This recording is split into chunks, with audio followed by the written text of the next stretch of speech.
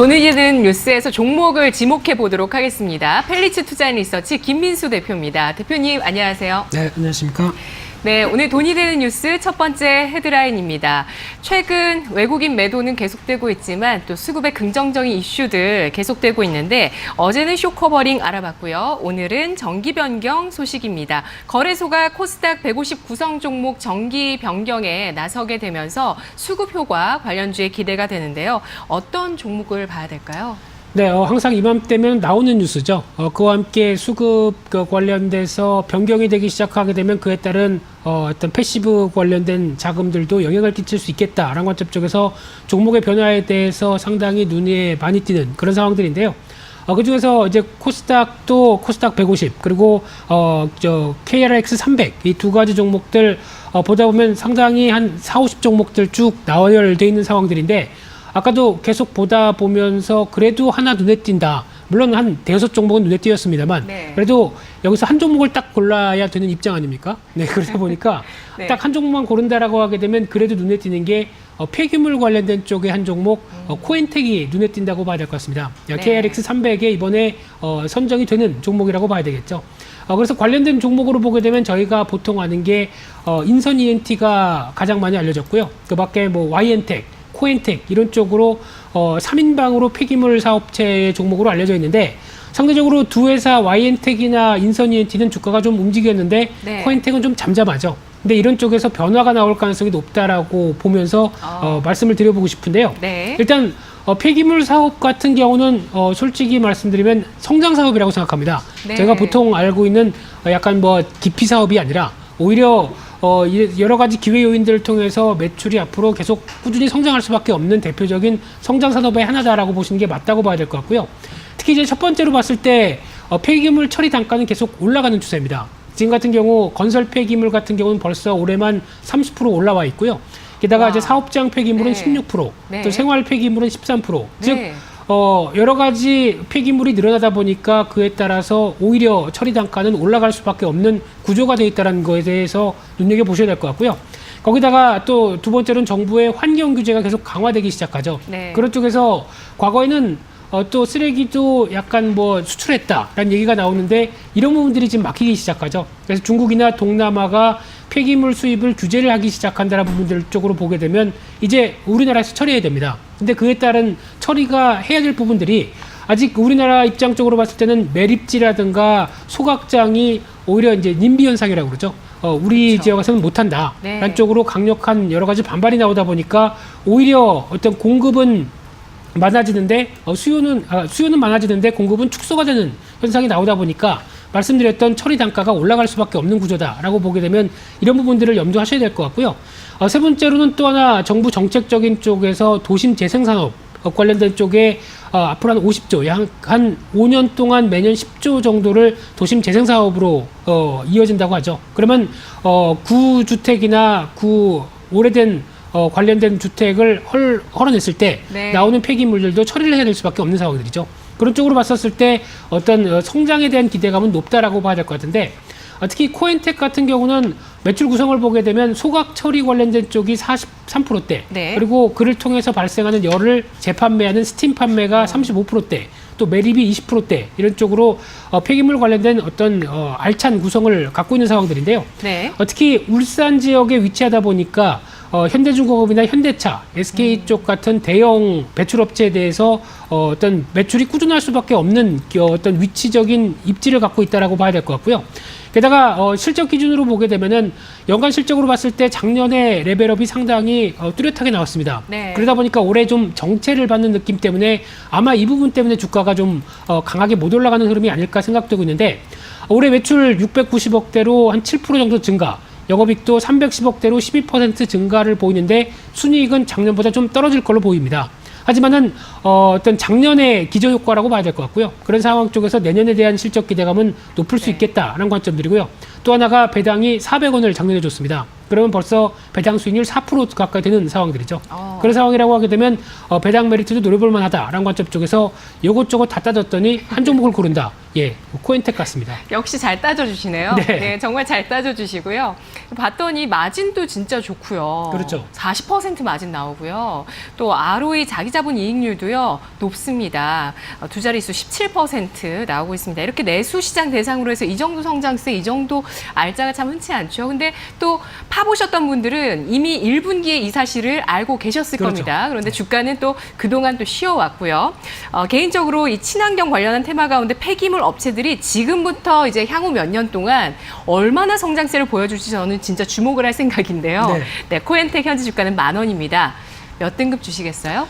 1등급을 드리고 싶었지만 일단 아직 시장 주가가 좀 정체를 보이고 있고 실적에 대한 확인과 내년에 대한 가이드라인이 좀 필요하겠다는 관점 쪽에서 살짝 낮춰서 2등급으로 말씀드려보고 싶고요. 그거 관련돼서 일단 주가를 보게 되면 최근 주가는 정체를 보인다고 하더라도 주봉이나 월봉의 패턴을 보게 되면 일단 작년까지 상당히 많이 올랐습니다. 그런 상황 쪽에서 약간 이제 기간 조정의 성격을 보인다는 관점 쪽에서 10,000원대 이하에서는 충분히 가격 메리트는 높다고 봐야 될 부분이라고 생각되고 있고요. 따라서 목표가는 1차로 12,000원대 그리고 손절가는 9,400원대로 대응한 전략에 포커스를 맞추겠습니다. 네.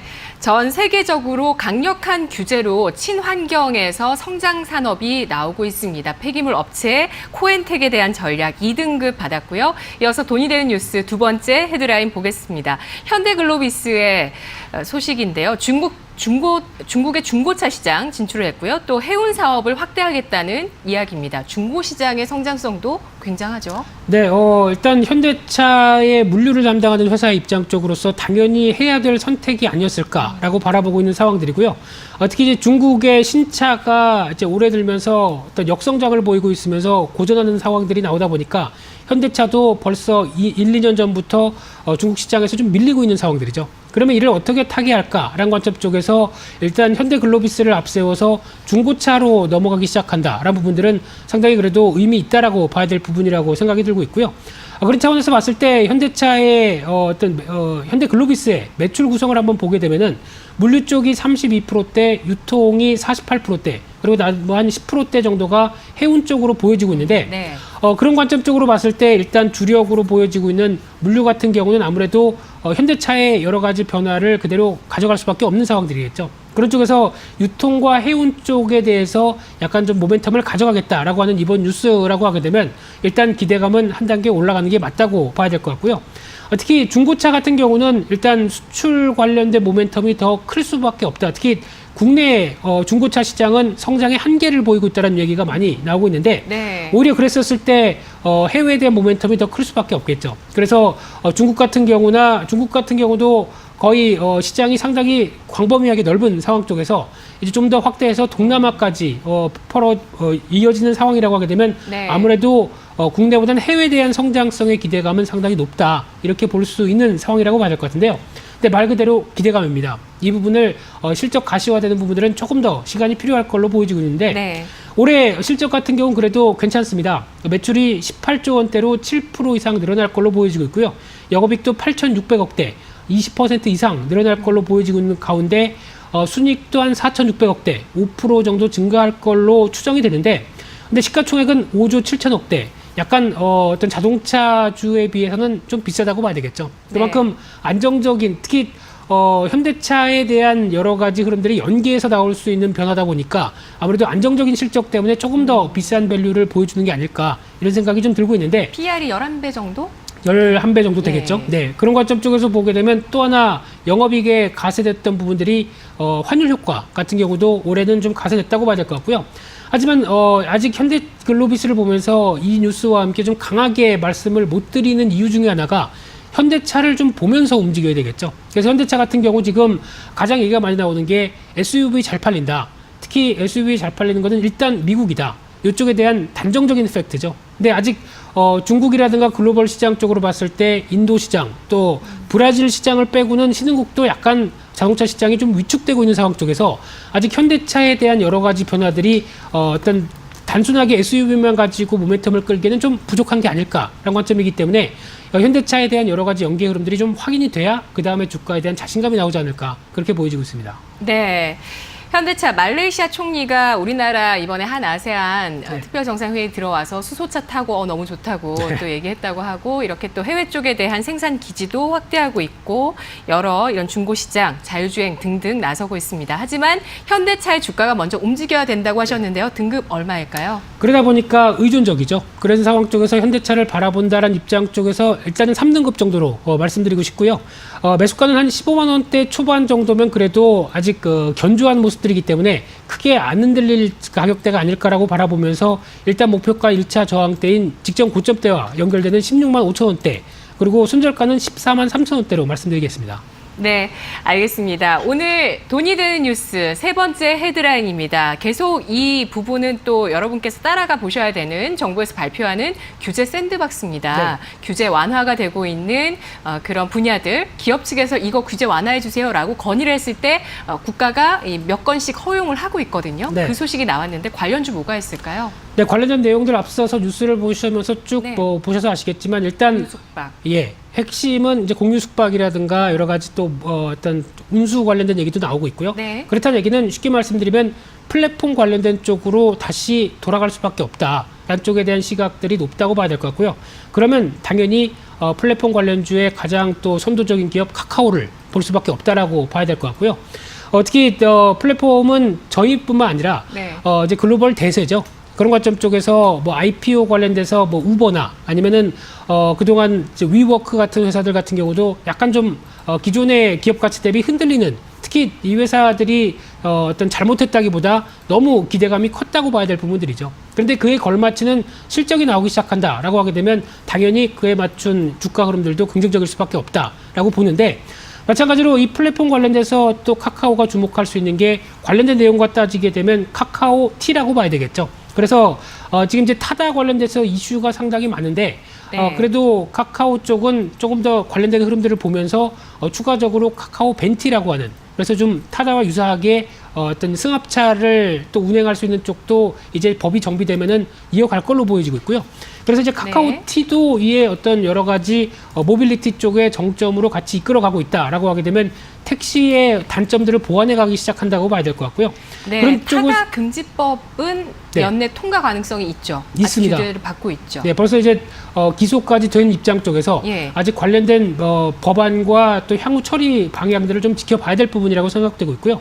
그런 쪽에서 그래도 어느 정도 택시 쪽과 함께 운수 관련된 쪽과 함께 손을 맞잡고 움직이고 있는 이상 정부가 그렇게 강하게 규제는 못하지 않을까라는 관점 쪽에서 바라보고 있는데 그런 쪽으로 봤었을 때 이제 플랫폼 쪽에 대해서 매출이 44%, 콘텐츠가 55%다 보니까 아직까지는 콘텐츠 쪽에 대한 주력이 이어진다고 하더라도 플랫폼에 대한 여러 가지 성장성의 기대감은 상당히 높다고 봐야 될 것 같고요.